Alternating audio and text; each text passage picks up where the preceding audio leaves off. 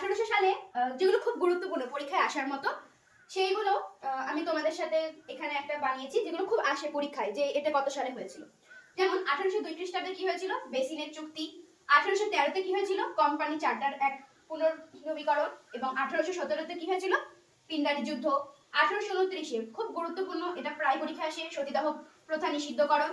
1853-তে কি হয়েছিল? বোম্বে থেকে থানে পর্যন্ত রেলপথ চালু হয়েছিল। কে চালু করেছিল? এটা মনে রাখবেন, লর্ড ডালহৌসি।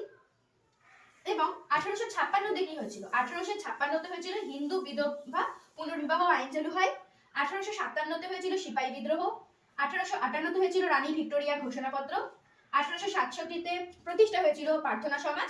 1875 হয়েছিল আর্য সমাজ প্রতিষ্ঠা। 1878-এ হয়েছিল ভার্নাকুলার প্রেস অ্যাক্ট। এবং 1883-তে হয়েছিল ইলবার্ট বিল বিতর্ক। 1885-তে হয়েছিল, খুব ইম্পর্টেন্ট, এটা পরীক্ষায় প্রায়ই আসে, ভারতীয় জাতীয় কংগ্রেসের প্রথম অধিবেশন। এবং 1893 হয়েছিল শিকাগো সম্মেলন। আর 1897 হয়েছিল রামকৃষ্ণ মিশন প্রতিষ্ঠা। দেখো 1800 সালের মধ্যে কিন্তু অনেক কিছু হয়েছিল, কিন্তু যেগুলো পরীক্ষায় খুবই আসে সেইগুলোই আমি তোমাদের সাথে শেয়ার করলাম।